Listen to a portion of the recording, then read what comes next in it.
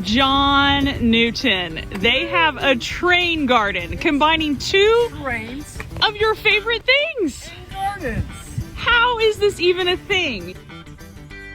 On today's episode, we visit a botanical garden on our second and final episode from New Orleans, Louisiana. You ready for dinner, Stormy? A little bit of salmon?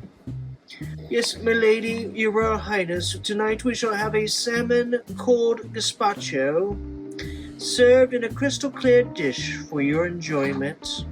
Will that suffice? What do you think, Storm? Are you hungry? A perfect portion for your perfect appetite. My lady, your dinner, salmon, bon appetit. She's so... Oh, Storm, was that so yummy? Gotta give herself a little bath every time she gets a snack. Just to wash her hands and face. Sometimes she washes it in her bowl. Now she's headed back to her cave in the bedroom. No, just in her litter box. Oh, the litter box. Very important. She needs a free space. As we all do sometimes.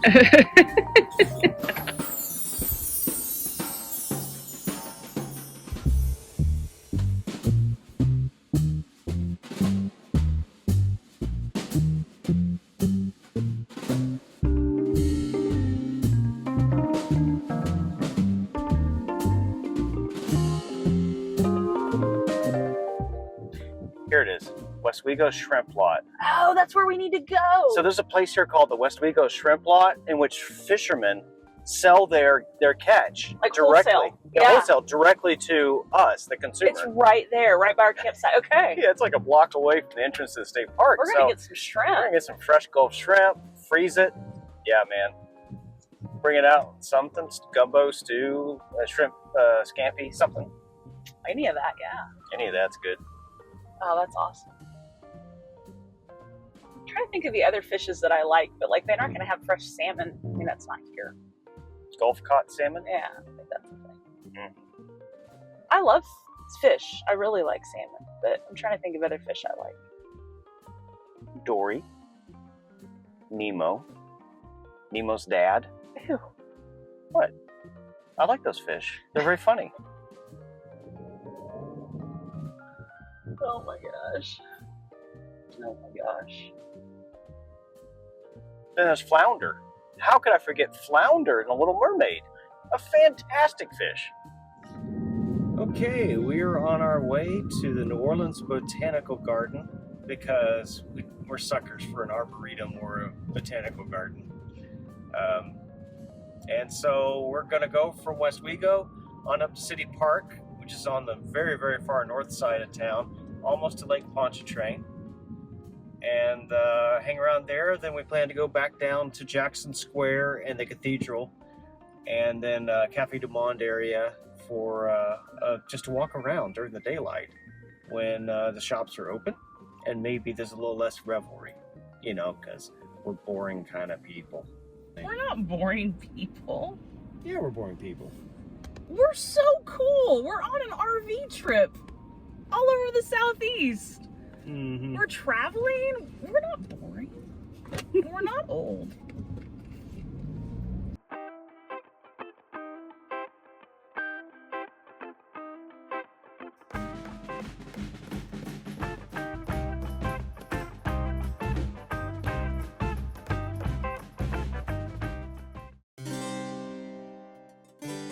The New Orleans Botanical Garden was the first classical garden in New Orleans.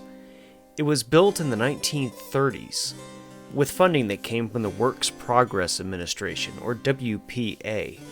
The design of it was overseen by three people: an architect, a landscape designer, and a sculptor named Enrique Alvarez. Together they designed the gardens in the popular Art Deco style of the 1930s.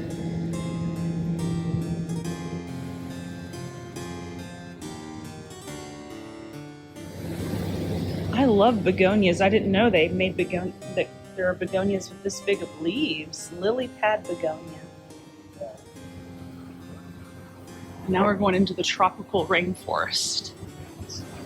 This is my kind of place, right? I Yeah. think we can do this in our backyard. Uh-huh. We got about 30 by 60, and I think we built up instead of out to be able to make it work. You know? I'll have to talk to the city of Fayetteville, but I bet you can make it happen, We'll honey. just build it. I mean, I'm sure there's grace. Build first and ask questions later.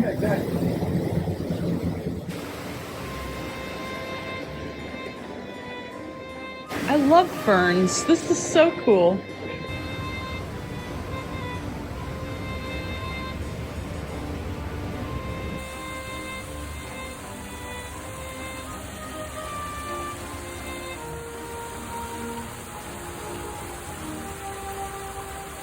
So I don't know how well you can hear me, but we're in the conservatory here at the New Orleans Botanical Garden.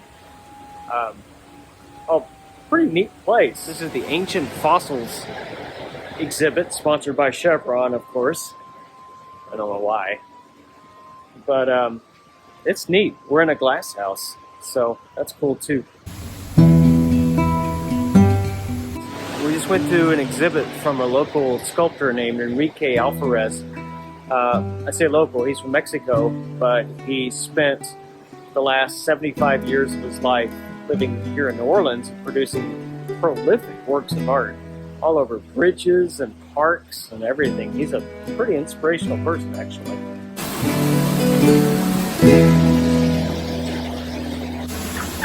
Gotcha.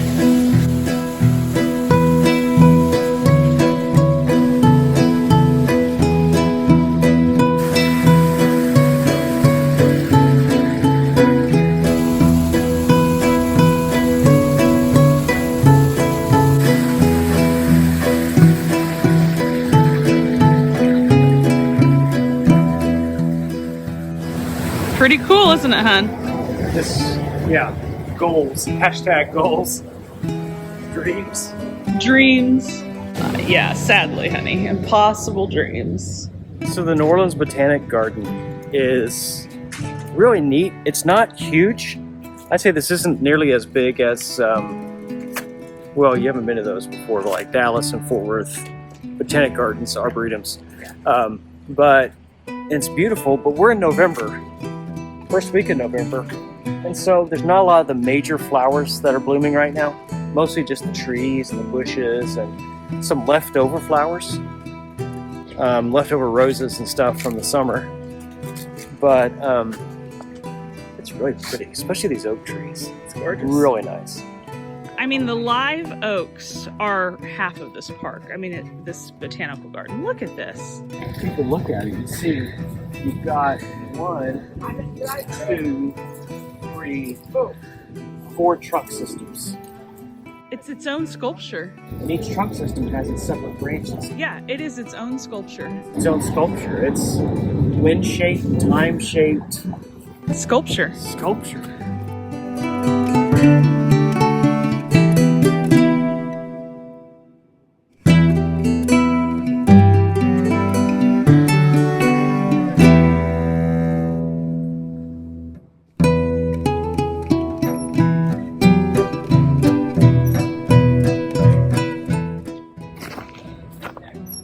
Love a swing. Do you remember in Monroe I had a swing in my front porch? I do. I need another swing.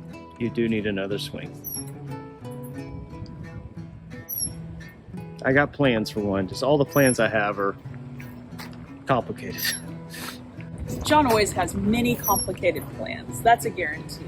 Guarantee it. Yeah, look at that tree. It's like on the ground, growing. It is. Exactly on the ground. Its trunk is going along the ground. That tree's growing along the ground, yeah.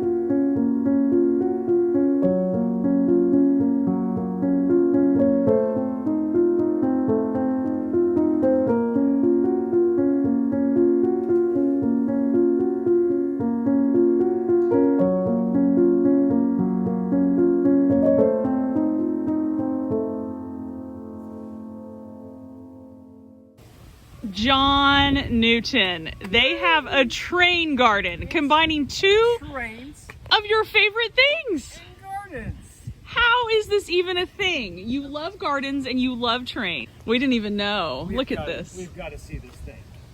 Oh, this is just about the history of trains in New Orleans, which is interesting, but they have a train garden. Isn't he so cute? He was so overwhelmingly excited when he saw this. Wonder when they run them, you know, and watch them go around.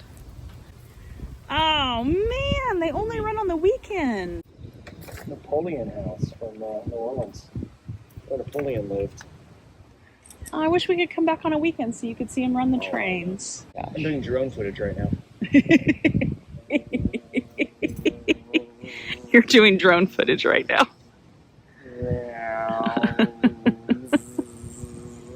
Wow. Oh my gosh.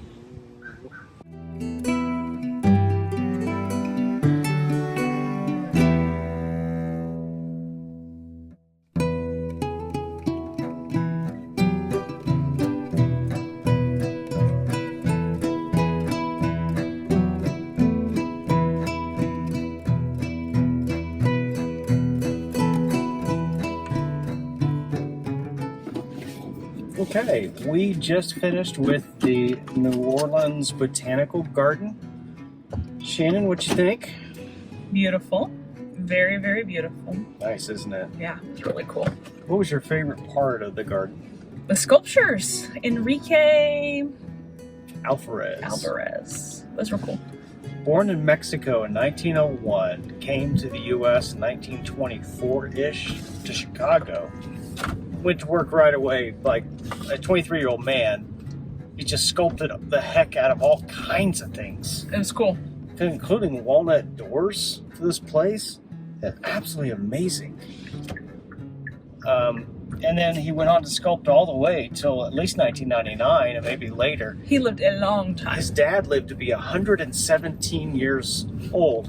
And it's like crazy to me because his son lived to be at least 100 too. And that's a heck of a genealogy. The sculptures were beautiful. They were all human sculptures, and so they were just stunning. And I think the tropical part was one of my favorites. Yeah. Because it being November, not everything was blooming, but in the tropical rainforest area, everything was. So, yeah. Now we're on our way back down towards the French Quarter and Jackson Square and all the stuff that people normally come to New Orleans for, I guess. We'll see. We're going to navigate the streets of New Orleans. This is not easy. This is very stressful. So I'm going to try to simmer down now. Please simmer down. Simmer down. I need you to a simmer little. down. I mean, can I meow at least at the drivers? No. Can Just I bark a yap yap bark? just follow the Google I don't want to follow the Google. Oh wait, this is one way. in 50 feet. But the Google keeps turning me around. It keeps saying I missed my turn. I don't trust the Google. If you would set the Google up so that it shows you exactly where you're at and not have it zoomed way out, I think you would do better. But But then I wouldn't know where to turn up ahead. Shannon, it's you complicated. just do it as it comes. It tells you. I just want you to know how complex it is. It's not complex. Look at all the Mardi Gras bees and all these trees. All right. Welcome to La Quarta Francais. French Quarter, baby. So much life. Yeah. So much culture. There's so many pedestrians here that it's crazy to drive because I just feel like one of these people's just gonna come right out in front of my car. I know. It feels It's like they should close the streets. driving me nuts. Yeah. Crazy. Oh, it's so stressful.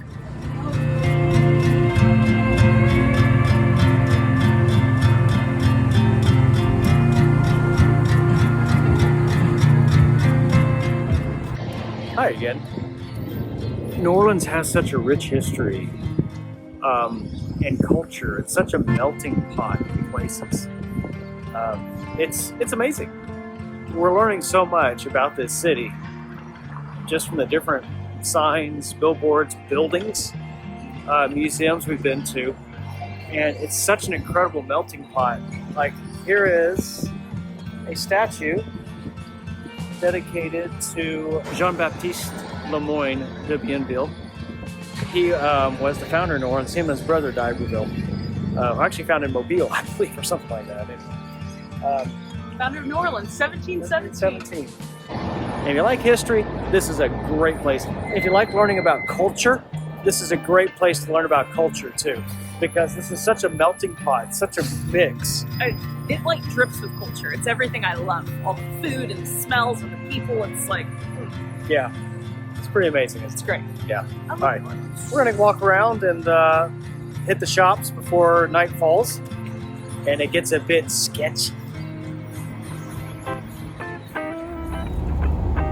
We've really enjoyed our time in New Orleans, but we need to start heading back towards home, back to Northwest Arkansas where we live. But along the way, we're going to have a few special places to visit. One of those places is extremely old, and by old, I mean old. Poverty Point, Louisiana. A World Heritage Site. But that'll have to wait until next time.